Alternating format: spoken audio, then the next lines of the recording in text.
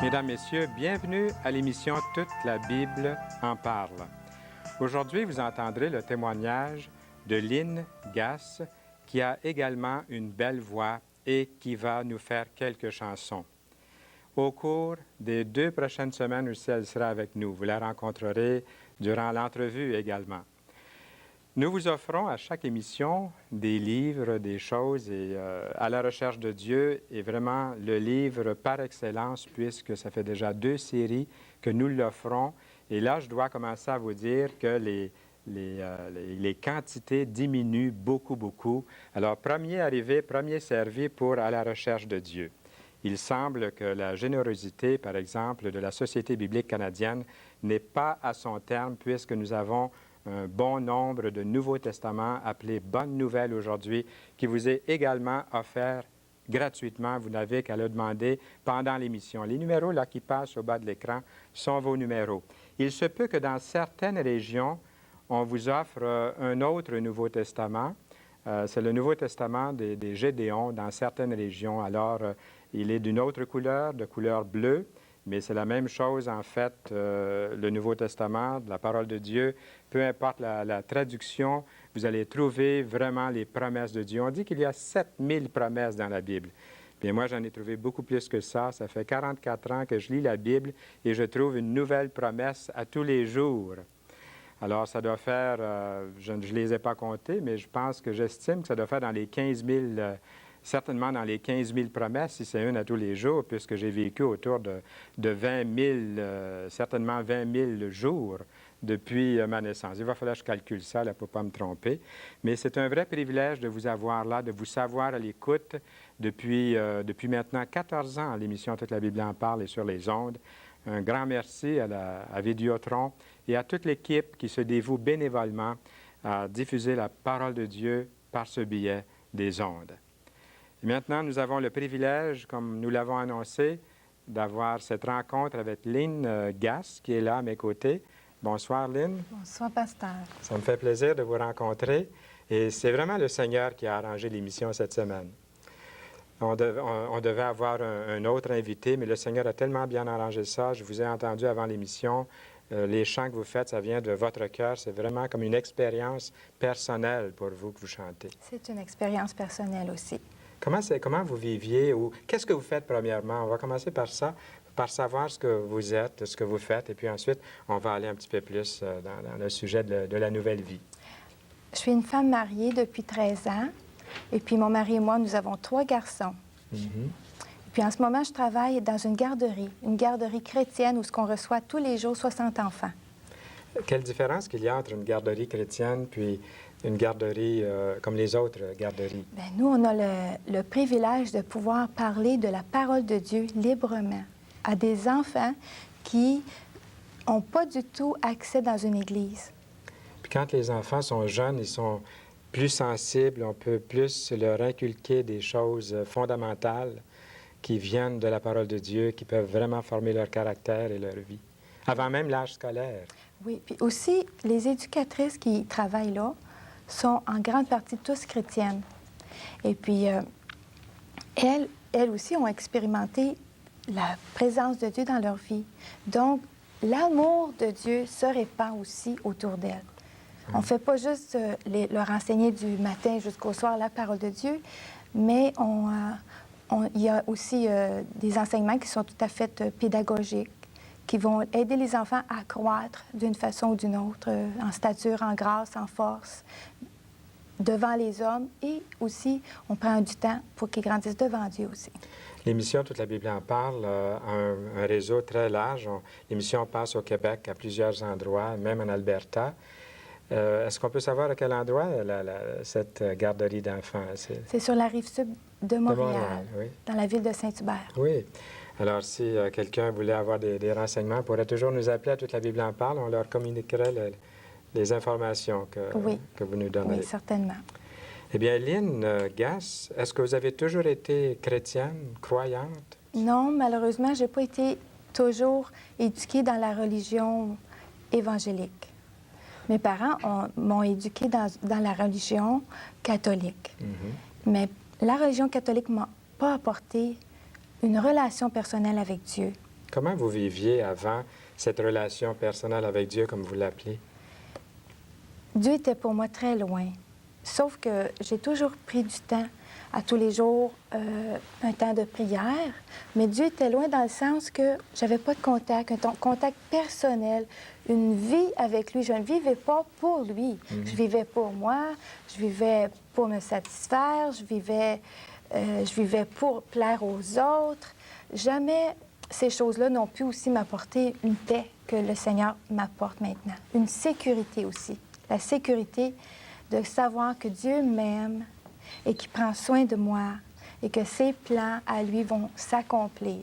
Puis qu'il a aussi pour moi des projets de paix et non de malheur.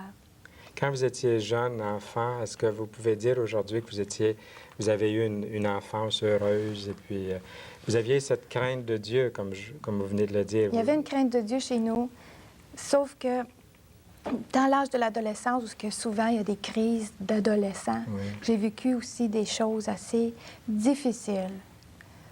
Le rejet, plusieurs choses comme ça qui m'ont amené à avoir beaucoup d'insécurité, beaucoup de manque de confiance en moi. Donc, si j'ai pas confiance en moi, j'ai pas confiance aux gens autour. Alors, j'ai eu beaucoup de difficultés à me trouver en paix autour de moi.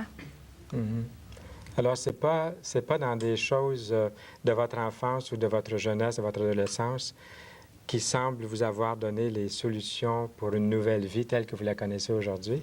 Qu'est-ce qui s'est passé pour que vous en arriviez là? Prenez votre temps pour nous raconter ce qui s'est passé. Avant que j'accepte Jésus dans ma vie, que je donne mon cœur à Jésus, je me suis mariée. Mon mari et moi, on avait quand même beaucoup de discussions qui amenaient à rien. C'est-à-dire beaucoup de chicanes. On ne trouvait pas beaucoup de terrain d'entente. Mais on s'est quand même mariés. Il y avait quand même un amour entre nous autres, mais on ne pouvait pas avoir un contact où est-ce que là, tout le monde est d'accord. Non, ça n'arrivait pas. On s'est mariés dans cet état-là. Et puis, de plus, mon mari, sa maman, a été atteinte du cancer. On s'est mariés. Ma belle-mère n'a pas pu assister au mariage de son fils, son premier qui se mariait. Ça a dû être très difficile pour elle. Parce qu'elle savait que la mort était très près. Et puis, à ce moment-là, elle pesait 46 livres. Une femme qui était enjouée, que j'ai connue. Dans le temps que je l'ai connue, c'était une femme qui était enjouée, qui aimait la vie, qui aimait rire, qui aimait les gens. Mais sa maladie lui a causé... Et comment cette maladie, puis cette absence au mariage, donc vous êtes mariés un peu plus tard, après son décès... On s'est mariés juste avant qu'elle décède. Oui. Un mois avant qu'elle décède. Ah oui? Oui. Et puis, tout le cortège de mariage a passé devant la maison et ma belle-mère est sortie pour saluer son fils. C'était très émouvant. Oui, ça doit. C'était très émouvant. Elle ne pouvait pas assister. On était 200 personnes à notre mariage. Et puis, c'était sûrement très difficile pour elle, mais elle a fait ça avec le sourire. Quel rapport ça avait avec l'Évangile puis tout ça? Est-ce que tout ça, c'est une préparation à... Oui, ça a causé un cri en dedans de nous. Un cri de soif, une soif de paix, une soif de sécurité. Parce à la mort de ma belle-mère, bien là, tout le monde était vraiment désespéré. Parce qu'on n'avait pas d'espérance. On n'avait pas l'espérance de la revoir. Tout était terminé. Un monde s'écroulait, une famille, elle avait 5 enfants. Mon beau-père s'est retrouvé seul, s'est jamais remarié. C'était très difficile pour la famille. Puis moi, c'était la première fois que j'assistais à la mortalité de quelqu'un. Donc, c'était assez traumatisant pour moi aussi. Et puis, mon mari et moi, on avait de la crainte face à la mort. Puis là, on avait l'impression qu'elle était pour nous apparaître dans la nuit. On avait des choses comme ça qui ne peuvent pas s'accomplir non plus parce que la parole de Dieu nous dit qu'après la mort vient le jugement. Donc, c'est dans les mains de Dieu. Les morts ne peuvent pas nous apparaître parce qu'ils sont très loin de nous. Mais je ne savais pas à ce moment-là. On avait des craintes, toutes sortes de craintes. Puis on se pose beaucoup de questions. Dans un temps de deuil, on se pose énormément de questions. Donc, ça a créé une soif de choses, de libération. Mais je ne savais pas que c'était Dieu que j'avais besoin. Mais ça, c'est important de l'avoir dit, hein, parce qu'il y avait cette préparation à recevoir le Seigneur. Mais comment c'est arrivé? Eh bien, j'ai entendu parler de l'Évangile. Il y a quelqu'un qui s'est donné la peine d'annoncer l'Évangile. Ça, c'est important, parce que la Bible dit aussi, s'il n'y a pas personne qui prêche, comment croiront-ils? Oui, comment en entendront-ils parler? Oui. Donc, j'ai entendu parler par quelqu'un qui travaillait aussi où ce que je travaillais à ce moment-là, qui m'a témoigné l'amour de Jésus pour sa vie à elle. C'est une fille. Et puis, ça m'a touchée vraiment. J'en ai pleuré cette fois-là. Elle a même voulu prier avec moi. On était à ce moment-là, on était dans une cafétéria. Puis j'étais bien, bien embêtée parce que... Il y avait du monde autour. Du monde autour. Oui. Et puis, on prie pour moi devant... Oui. Puis en plus, elle me prend par la main pour prier. Ah, c'était... J'étais bien, bien humiliée, mais j'avais goût quand même, mais je pouvais pas... j'avais pas de liberté pour Dieu. Fait que c'est donc que j'étais pas libre d'aimer Dieu. Je me sentais pas libre d'aimer Dieu comme je voulais. J'étais poignée, comme on dit. Je me sentais vraiment dans une enveloppe où est-ce que là, un papillon voudrait étendre ses ailes, mais qui ne peut pas le faire encore, comme un chrysolite. Et puis, elle m'a parlé de l'amour de Dieu pour moi. Et puis, c'est au moment où est-ce que j'ai assisté à une réunion dans une église évangélique, où est-ce que la parole de Dieu est prêchée avec autorité, audace, liberté, puis d'un couvert à l'autre, les gens ne renient pas ce que Dieu a fait pour nous, puis ils ne cachent pas non plus les péchés, ils ne cachent pas ça. Alors, c'est lorsque j'ai entendu parler de la parole de Dieu, ça l'a causé chez moi il y a quelque chose qui a débloqué. Le bouchon s'est enlevé et là, c'est les larmes qui ont coulé. C'est ça qui a sorti un peu. C'est comme ouvrir une bouteille de champagne. Ah, c'est probablement. La joie, C'est ça, j'ai connu l'amour de Dieu et en même temps la joie. Oui. La joie de le connaître. Enfin, j'avais trouvé quelqu'un qui m'aimait comme j'étais, qui m'acceptait comme j'étais. Ah, ça ne s'exprime pas, il faut le vivre. Il faut vraiment le vivre. En tout cas, ça m'a apporté vraiment une paix. J'ai reçu Jésus-Christ. Il y a eu un appel, puis j'ai osé me lever. Parce que la Bible a dit aussi, celui qui va renier Dieu, Dieu va le renier devant ses anges.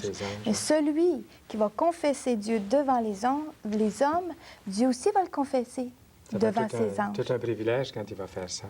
Quand il va dire, Lynn Gass m'a accepté, n'a pas eu honte de moi, elle est ma fille, mon enfant. Fernand Saint-Louis n'a pas eu honte de dire le Seigneur est sauveur, le sauveur est Seigneur. Hein? C'est ça que la Bible a dit. C'est quelque chose, ça. La Bible dit que je n'ai point honte de l'Évangile. C'est une puissance de Dieu pour celui qui croit. Vous aimeriez ça que vos amis, tout le monde puisse C'est la meilleure chose à faire accepter dans sa vie. Oui. C'est la meilleure chose à faire dans sa vie. Nous sommes créés pour naître de nouveau. Nous sommes nés pour naître de nouveau. Oui. Je vais parler là-dessus la semaine prochaine. Ah oui. Vous allez être là, en effet. La nouvelle naissance, c'est quelque chose. C'est ça. Il s'est produit chez moi des transformations. Quelles ont été quelques-unes de ces transformations? Bien, la première transformation que Dieu a soulevée, c'est la soumission à mon mari. Ah oui, mais ça, dites-le haut et fort, là. Toutes les dames du Québec vous écoutent. C'est ça. Parfois, on a une mauvaise compréhension de qu'est-ce que c'est que la soumission, donc on ne veut pas soumettre. Oui. C'est quoi, au juste? Mais c'est vraiment mon mari, sa responsabilité, c'est de me faire du bien. Puis, s'il prend des mauvaises décisions, bien, il va avoir à rendre compte à Dieu. Moi, je me soumets à ses décisions, tout en faisant confiance à Dieu. Et puis, de toute façon, que ces décisions soient bonnes ou moins bonnes, le Seigneur fait concourir toutes choses à notre bien. Pour vous, c'était toute une transformation dans votre vie. C'est la première chose que le Seigneur agit. C'était pour vous comme, Le Seigneur a changé ça dans mon J'ai dit, cœur. ah, Donc, c'était plutôt... c'est un signe divin. Ah! Ah, c'était plutôt comme ça. C'était plutôt, ah, non. Mais en premier, Ouais. c'était difficile pour moi de me soumettre à mon mari. Mais le Seigneur a été mon aide. Dieu est pour nous un refuge et un appui, un secours qui ne manque jamais dans la détresse. Et puis, je ne peux pas le regretter aujourd'hui, après 13 ans de mariage. C'est merveilleux ce qu'on vit, mon mari et moi, René et moi. Une des transformations que je discerne chez vous depuis que je vous connais, puis ça fait à peu près 1 heure, là, ça fait pas longtemps, c'est votre bonne connaissance des Écritures. Comment c'est venu, ça? Une communion personnelle avec Dieu incite une relation journalière avec Dieu, c'est-à-dire une recherche dans la parole de Dieu et puis un temps de prière. Fait que c'est les cultes. Tout de suite, en partant, j'ai commencé à prendre des temps de prière. Je me suis fixé un temps, c'était plus court qu'aujourd'hui, puis un temps de lecture qui était encore plus court qu'aujourd'hui. Ça, c'était lecture du Nouveau Testament, J'ai commencé tel que nous annonçons. par le Nouveau Testament, oui. Puis Oui. des aides aussi, il y a des aides reliées à ça. Comme la semaine prochaine, nous aurons une personne de la Ligue pour la lecture de la Bible qui viendra ici, Diane Lauzon, nous présenter un choix de livres. Et vous avez commencé tout de suite comme ça à lire la parole de Dieu dans vos cultes Oui, personnels. c'était Ça veut dire à nécessaire. tous les jours. À tous les jours. C'est comme une nourriture. C'est une nourriture. La Bible dit, donne-nous aujourd'hui notre pain quotidien. Ouais. Qu'est-ce que vous désirez le plus, là, à toutes ces mamans qui viennent là tous les jours pour elles? Le mot maman, c'est grand. Parce qu'on a une responsabilité. Étant mère moi-même de 3 garçons, Oui. aujourd'hui, nos enfants sont influencés par toutes sortes de choses. À l'école, les amis. Ce que je leur souhaite vraiment, c'est de connaître, d'avoir une relation personnelle avec Jésus, de connaître que Jésus les aime. Jésus vous aime. Et de savoir qu'en faisant confiance à Dieu, on ne se trompe pas. C'est vrai. On ne se trompe pas. Que ce soit pour notre vie de couple, que ce soit pour élever nos enfants. Je leur souhaite vraiment de connaître le Seigneur. C'est-à-dire aussi de reconnaître qu'on est un pécheur. Parce qu'on ne peut pas passer dans la présence de Dieu, dans sa sainteté, sans reconnaître qu'on est des pécheurs. On a tort, on a eu souvent tort. Mais Dieu nous pardonne. Oui. Devant la splendeur de Dieu, ça ne peut pas faire autrement que on devrait avouer qu'on a besoin de lui. Puis Dieu est saint. Puis Le péché ne résiste pas devant Dieu. Lynn Gass, vous allez nous faire une chanson aujourd'hui. Elle est intitulée Il y a un sauveur, c'est ça? Oui. Alors, nous avons hâte de vous entendre. Je vais faire quelques annonces. Pendant ce temps-là, vous allez enlever votre micro puis vous placer là-bas. Et on a hâte de vous entendre. Que le Seigneur continue à vous bénir. Et soyez la bienvenue pour les 2 prochaines semaines aussi. Je vous remercie beaucoup. Eh bien, c'est à notre tour maintenant. C'est à notre tour de se parler d'amour. Et pour ce faire, nous vous invitons à demander bonnes nouvelles aujourd'hui. C'est rempli de bonnes nouvelles. Est-ce que le témoignage de Lynn vous a touché? Est-ce que vous avez pu vous identifier avec elle peut-être dans quelque chose? Nous vous offrons bonnes nouvelles aujourd'hui parce que nous croyons que dans le Nouveau Testament, vous allez trouver cette bonne nouvelle de Jésus-Christ. Il y a aussi ce livre que nous vous offrons, à la recherche de Dieu. Il y a des milliers de personnes qui l'ont demandé. Il est traduit en plusieurs langues et nous vous invitons à en faire la demande. Dans certaines régions, peut-être que le Nouveau Testament ne sera pas rouge, peut-être une autre couleur. Il est possible que vous receviez un Nouveau Testament différent, mais nous sommes toujours heureux de vous l'offrir gratuitement. Et n'oubliez pas que les numéros qui paraissent là au bas de l'écran sont vos numéros. Appelez-nous et faites-nous connaître vos questions, vos commentaires, vos remarques. Et peut-être aussi, demandez-nous s'il y a des endroits près de chez vous où vous pourriez rencontrer d'autres chrétiens, des chrétiens évangéliques. Comme Lynn le disait tantôt, c'est dans une réunion évangélique qu'elle a entendu parler avec conviction du Seigneur Jésus-Christ. Nous serions heureux de vous donner des adresses de groupes de prière, des cellules, un peu partout. Eh bien, il y a un sauveur. Je suis intrigué par ce titre de ce cantique.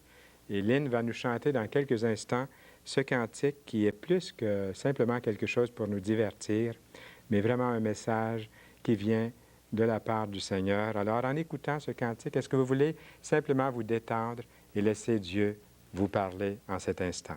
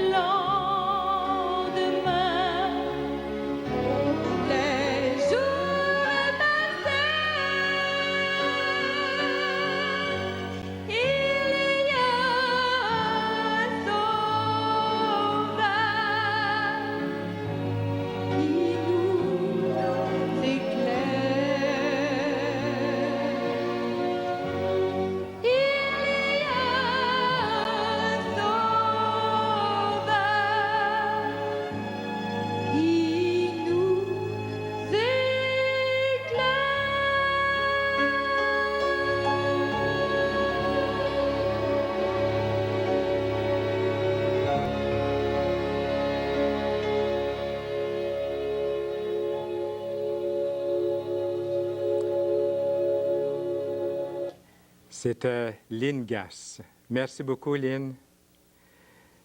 Il est un sauveur qui vous a pardonné. Ça m'a touché lorsque j'ai entendu ces paroles. Il est encore vivant aujourd'hui. Il est encore présent, il est authentique, il est vivant, il est là pour vous, à vos côtés, ou peu importe où vous êtes en ce moment. Le Seigneur vous connaît par votre nom, il vous aime et il vous cherche, il vous appelle. Est-ce que vous voulez en cet instant lui ouvrir votre cœur? Je vous invite au nom du Seigneur à ouvrir votre cœur au Seigneur Jésus-Christ. Je ne vous invite pas à une organisation, je ne vous invite pas à nous, à moi personnellement, je vous invite au Sauveur qui vous aime. Est-ce que vous voulez de ce Sauveur, le Seigneur Jésus-Christ, qui vous aime tellement que vous auriez été la seule personne sur cette terre et il serait venu donner sa vie pour vous, parce qu'il vous aime? Je le crois de tout mon cœur, ce que je dis là. J'aurais été la seule personne, il serait venu, vous auriez été la seule personne. Vous dites, Fernand, tu ne connais pas mon cœur, tu ne connais pas ma vie. Dieu la connaît, cette vie. Il connaît votre cœur et il vous aime tel que vous êtes. Il ne vous demande pas de vous refaire. Il ne vous demande pas de changer, de vous changer vous-même. Ce qu'il demande, c'est que vous veniez à lui et lui va commencer à faire les changements qui s'imposent dans votre vie. Nous voulons vous aider. Appelez-nous. Les numéros de téléphone, s'ils ne paraissent plus maintenant au bas de l'écran, vous aurez une adresse dans quelques instants. Écrivez-nous. Ouvrez votre cœur. Parlez à quelqu'un. Ne restez pas seul. Ne prenez pas de décision avant de nous avoir appelés si vous êtes découragé. Le Seigneur a de l'espérance pour vous. N'oubliez pas les choses que nous vous offrons à la recherche de Dieu. C'est à vous. Il vous suffit simplement de le demander. C'est gratuit. Et le Nouveau Testament aussi, c'est gratuit. Bonne nouvelle aujourd'hui. Demandez-le. Il nous ferait plaisir de vous le faire parvenir, ce Nouveau Testament. Eh bien, la prochaine émission, je viendrai vous parler d'une chose très précieuse, le temps. D'ici lors, au revoir.